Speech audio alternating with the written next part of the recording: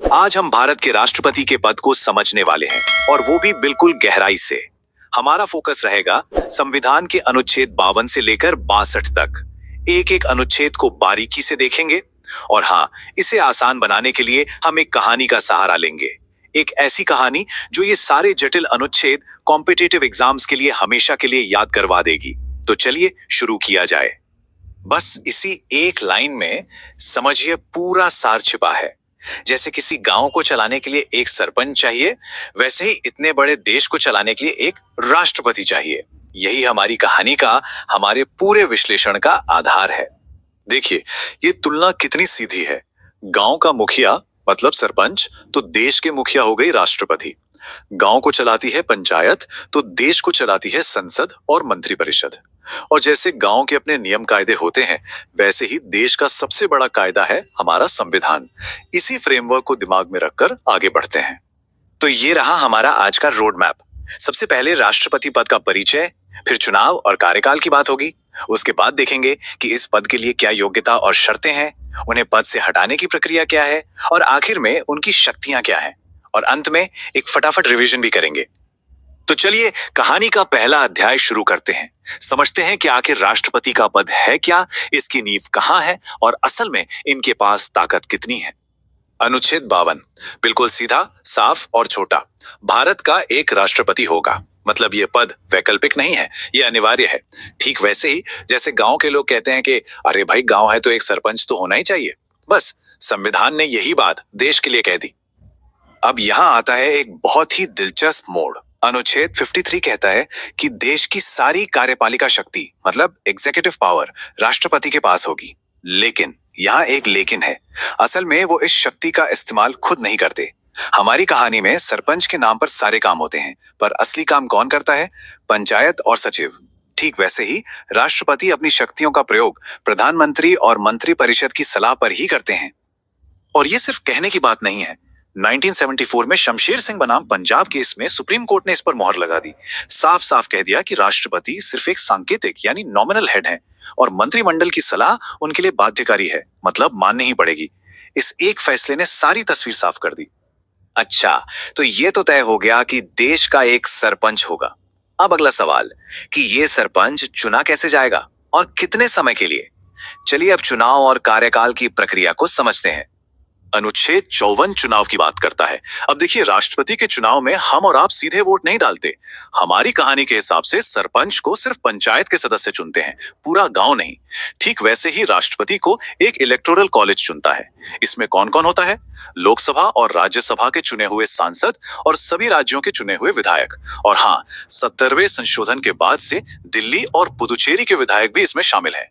चुनाव की जो विधि है वो अनुच्छेद 55 में बताई गई है, जिसे कहते हैं एकल संक्रमणीय मत के जरिए अनुपातिक प्रतिनिधित्व। ये थोड़ा जटिल है, पर इसका मकसद बस इतना है कि हर राज्य को उसकी जनसंख्या के हिसाब से सही प्रतिनिधित्व मिले। कार्यकाल का हिसाब किताब बहुत सीधा है। अनुच्छेद 56 कहता है कि राष्ट्रपति का टर्म 5 साल का होगा और जब तक नया राष्ट्रपति पद नहीं संभाल लेता, तब तक पुराने राष्ट्रपति ही पद पर बने रहेंगे। फिर आता है अनुच्छेद 57, जो कहता है कि कोई भी व्यक्ति कितनी भी बार राष्ट्रपति के पद के लिए दोबारा चुना जा सकता है, इस पर कोई रोक नहीं है। ठीक है, चुनाव हो गया, कार्यकाल भी पता चल गया, पर इस पद पर खड़ा कौन हो सकता है? क्या कोई भी? नहीं, इसके लिए भी संविधान में कुछ नियम है। देखते हैं वो क्या है। अनुच्छेद 58 में 4 सीधी साधी योग्यताएं बताई गई हैं। पहली, भारत का नागरिक हो। दूसरी, उम्र कम से कम 35 साल हो। तीसरी, वो लोकसभा का सदस्य चुने जाने की योग्यता रखता हो। और चौथी, वो किसी भी लाभ के पद यानी ऑफिस ऑफ प्रॉफिट पर न हो। ये बुनियादी शर्तें हैं। अब बात करते हैं अनुच्छेद 59 और 60 की। अनुच्छेद 59 पद की कुछ शर्तें बताता है, जैसे राष्ट्रपति संसद या विधानसभा का सदस्य नहीं रह सकता और उनके कार्यकाल में उनकी सैलरी और भत्ते कम नहीं किए जा सकते। फिर है अनुच्छेद 60, जो शपथ के बारे में है। जैसे सरपंच पूरे गांव के सामने कसम खाता है, वैसे ही राष्ट्रपति भारत के मुख्य न्यायाधीश के सामने शपथ लेते हैं, संविधान की रक्षा, संरक्षण और बचाव करने की। ये एक बहुत बड़ी जिम्मेदारी है।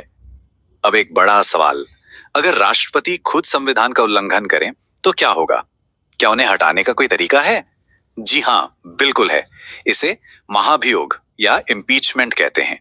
और इसकी प्रक्रिया अनुच्छेद 61 में दी गई है, जो बेहद मुश्किल है। ये प्रक्रिया बहुत सख्त है। इसे संसद का कोई भी सदन शुरू कर सकता है, लेकिन इसके लिए कम से कम 1/4 सदस्यों के हस्ताक्षर चाहिए। फिर राष्ट्रपति को 14 दिन का नोटिस दिया जाता है। इसके बाद अगर वो सदन कुल सदस्यों के 2/3 बहुमत से प्रस्ताव पास कर दे, तो मामला दूसरे सदन में जाता है। दूसरा सदन आरोपों की जांच करता है, और अगर वो भी 2/3 बहुमत से प्रस्ताव पास कर दे, तो राष्ट्रपति को पद छोड़ना पड़ता है। ये प्रक्रिया इतनी कठिन है कि आज तक भारत में किसी भी राष्ट्रपति पर महाभियोग सफल नहीं हुआ है। चलिए, अब हम लगभग आखिर में आ गए हैं। अब देखते हैं कि अगर राष्ट्रपति का पद अचानक खाली हो जाए तो क्या होता है, और फिर उनकी शक्तियों पर एक नजर डालेंगे। अनुच्छेद 62 इस स्थिति के लिए रास्ता दिखाता है। अगर राष्ट्रपति की मृत्यु हो जाए, वो इस्तीफा दे दें या महाभियोग से हटा दिए जाएं, तो पद खाली हो जाता है। ऐसे में संविधान कहता है कि 6 महीने के अंदर अंदर नए चुनाव हो जाने चाहिए, और इस बीच उपराष्ट्रपति ही राष्ट्रपति का काम संभालते हैं। व्यवस्था में कोई खालीपन नहीं छोड़ा गया है। भले ही राष्ट्रपति सांकेतिक प्रमुख हैं, पर उनकी शक्तियां बहुत हैं। देखिए, प्रधानमंत्री से लेकर सुप्रीम कोर्ट के जज तक की नियुक्ति वही करते हैं। तीनों सेनाओं के सुप्रीम कमांडर वही होते हैं। कोई भी बिल उनकी मंजूरी के बिना कानून नहीं बन सकता। उनके पास सजा माफ करने की शक्ति है, यहाँ तक कि मौत की सजा भी। और सबसे बड़ी बात, देश में इमरजेंसी लगाने की शक्ति भी उन्हीं के पास है। तो आम समय में भले ही वो नाम मात्र के मुखिया हों, पर संकट के समय में उनकी भूमिका सबसे अहम हो जाती है। तो चलिए, अब तक जो भी हमने समझा उसे एक बार फटाफट रिवाइज कर लेते हैं। ये हिस्सा खास तौर पर परीक्षा की तैयारी करने वालों के लिए बहुत जरूरी है। ये रही एक क्विक रिवीजन टेबल, अनुच्छेद 52 से 62 तक। कौन सा अनुच्छेद किस बारे में है, सब एक जगह। इसमें अनुच्छेद 54 में 70वां संशोधन और अनुच्छेद 60 में 42वां संशोधन। ये दो बातें खास तौर पर ध्यान रखने वाली हैं। इसका एक स्क्रीनशॉट लेकर रख सकते हैं, बहुत काम आएगा। तो हम आपको इसी सवाल के साथ छोड़कर जाते हैं। भारत के राष्ट्रपति की भूमिका असल में है क्या? एक तरफ तो वो मंत्रिपरिषद की सलाह मानने को मजबूर एक नाम मात्र के मुखिया हैं, लेकिन दूसरी तरफ देश में आपातकाल लगाने जैसी अपार शक्तियां भी उन्हीं के पास हैं। तो सोचिए, राष्ट्रपति का पद क्या है? सिर्फ एक रबर स्टैंप, या फिर संकट के समय में देश का सबसे बड़ा रक्षक? इस पर विचार जरूर कीजिएगा।